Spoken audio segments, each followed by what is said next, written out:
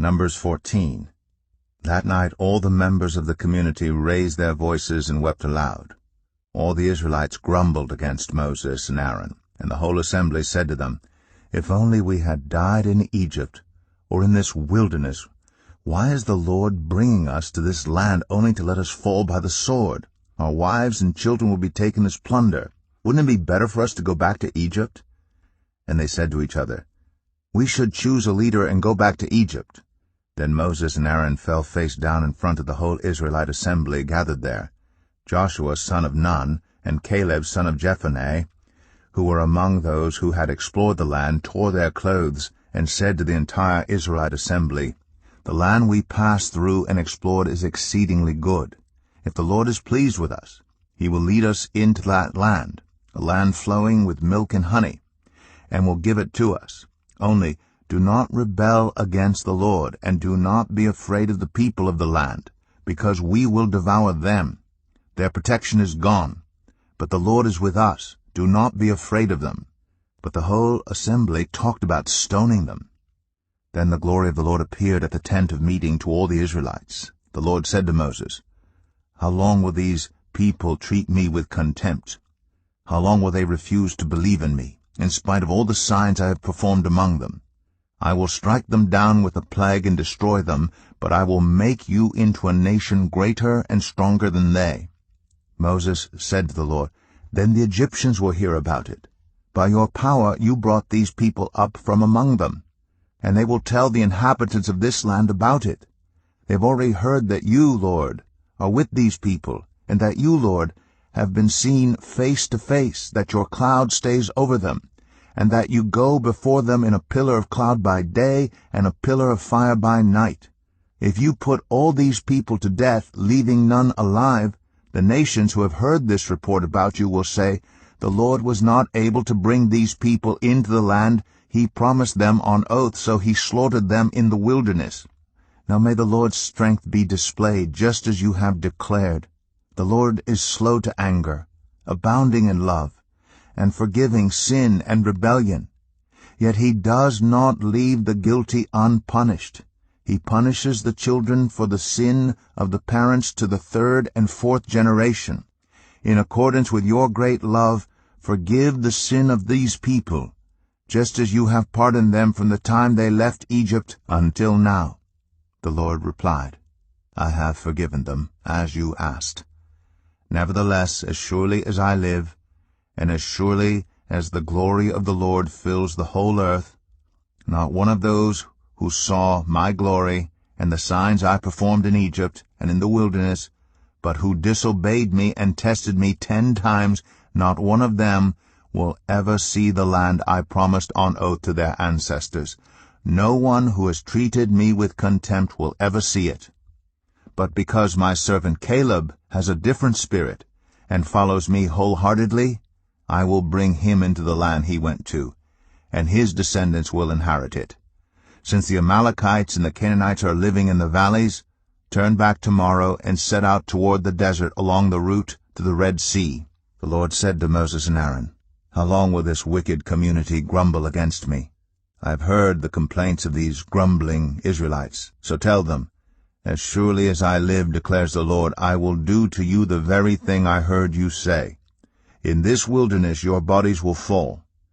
Every one of you 20 years old or more who was counted in the census and who has grumbled against me, not one of you will enter the land I swore with uplifted hand to make your home, except Caleb son of Jephunneh and Joshua son of Nun. As for your children that you said would be taken as plunder, I will bring them in to enjoy the land you have rejected. But as for you, your bodies will fall in this wilderness. Your children will be shepherds here for 40 years, suffering for your unfaithfulness until the last of your bodies lies in the wilderness. For 40 years, 1 year, for each of the 40 days you explored the land, you will suffer for your sins and know what it is like to have me against you. I, the Lord, have spoken, and I will surely do these things to this whole wicked community, which has banded together against me. They will meet their end in this wilderness. Here they will die. So the men Moses had sent to explore the land, who returned and made the whole community grumble against him by spreading a bad report about it, these men who were responsible for spreading the bad report about the land were struck down and died of a plague before the Lord. Of the men who went to explore the land, only Joshua son of Nun and Caleb son of Jephunneh survived. When Moses reported this to all the Israelites, they mourned bitterly. Early the next morning they set out for the highest point in the hill country, saying, "Now we are ready to go up to the land the Lord promised. Surely we have sinned." But Moses said, "Why are you disobeying the Lord's command? This will not succeed. Do not go up, because the Lord is not with you. You will be defeated by your enemies. For the Amalekites and the Canaanites will face you there. Because you have turned away from the Lord, he will not be with you, and you will fall by the sword." Nevertheless, in their presumption, they went up toward the highest point in the hill country, though neither Moses nor the ark of the Lord's covenant moved from the camp. Then the Amalekites and the Canaanites who lived in that hill country came down and attacked them, and beat them down all the way to Hormah. Numbers 15. The Lord said to Moses, "Speak to the Israelites and say to them, After you enter the land I am giving you as a home, and you present to the Lord food offerings from the herd or the flock, as an aroma pleasing to the Lord, whether burnt offerings or sacrifices, for special vows or freewill offerings or festival offerings, then the person who brings an offering shall present to the Lord a grain offering of 1/10 of an ephah of the finest flour mixed with 1/4 of a hin of olive oil. With each lamb for the burnt offering or the sacrifice, prepare 1/4 of a hin of wine as a drink offering. With the ram prepare a grain offering of 2/10 of an ephah of the finest flour mixed with 1/3 of a hin of olive oil, and 1/3 of a hin of wine as a drink offering. Offer it as an aroma pleasing to the Lord. When you prepare a young bull as a burnt offering or sacrifice for a special vow or a fellowship offering to the Lord, bring with the bull a grain offering of 3/10 of an ephah of the finest flour mixed with 1/2 a hin of olive oil, and also bring 1/2 a hin of wine as a drink offering. This will be a food offering, an aroma pleasing to the Lord. Each bull or ram, each lamb or young goat is to be prepared in this manner. Do this for each one, for as many as you prepare. Everyone who is native-born must do these things in this way when they present a food offering as an aroma pleasing to the Lord. For the generations to come, whenever a foreigner or anyone else living among you presents a food offering as an aroma pleasing to the Lord, they must do exactly as you do. The community is to have the same rules for you and for the foreigner residing among you. This is a lasting ordinance for the generations to come. You and the foreigner shall be the same before the Lord. The same laws and regulations will apply both to you and to the foreigner residing among you." The Lord said to Moses, "Speak to the Israelites and say to them, When you enter the land to which I am taking you, and you eat the food of the land, present a portion as an offering to the Lord.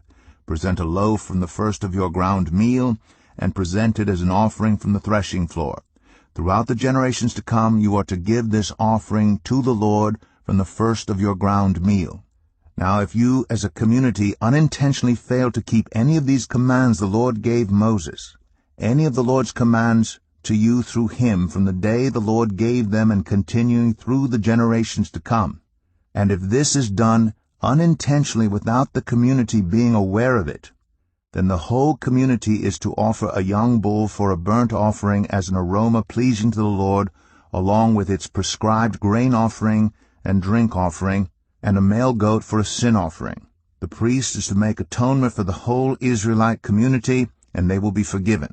For it was not intentional, and they have presented to the Lord for their wrong a food offering and a sin offering. The whole Israelite community and the foreigners residing among them will be forgiven, because all the people were involved in the unintentional wrong. But if just one person sins unintentionally, that person must bring a year-old female goat for a sin offering. The priest is to make atonement before the Lord for the one who erred by sinning unintentionally. And when atonement has been made, that person will be forgiven. One and the same law applies to everyone who sins unintentionally, whether a native-born Israelite or a foreigner residing among you. But anyone who sins defiantly, whether native-born or foreigner, blasphemes the Lord and must be cut off from the people of Israel. Because they have despised the Lord's word and broken his commands, they must surely be cut off. Their guilt remains on them. While the Israelites were in the wilderness, a man was found gathering wood on the Sabbath day. Those who found him gathering wood brought him to Moses and Aaron and the whole assembly. And they kept him in custody because it was not clear what should be done to him. Then the Lord said to Moses, "The man must die. The whole assembly must stone him outside the camp."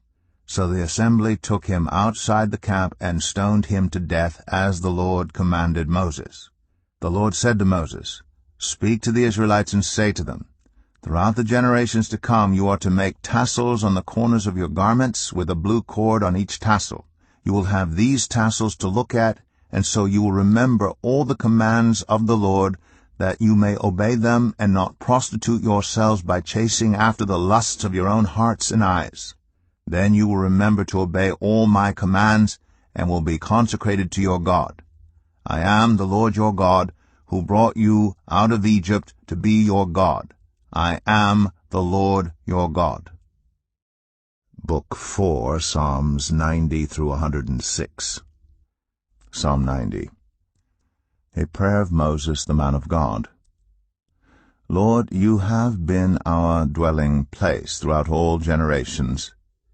Before the mountains were born, or you brought forth the whole world, from everlasting to everlasting, you are God. You turn people back to dust, saying, "Return to dust, you mortals." 1,000 years in your sight are like a day that has just gone by, or like a watch in the night. Yet you sweep people away in the sleep of death. They are like the new grass of the morning. In the morning it springs up new, but by evening it is dry and withered. We are consumed by your anger and terrified by your indignation. You have set our iniquities before you, our secret sins in the light of your presence. All our days pass away under your wrath. We finish our years with a moan.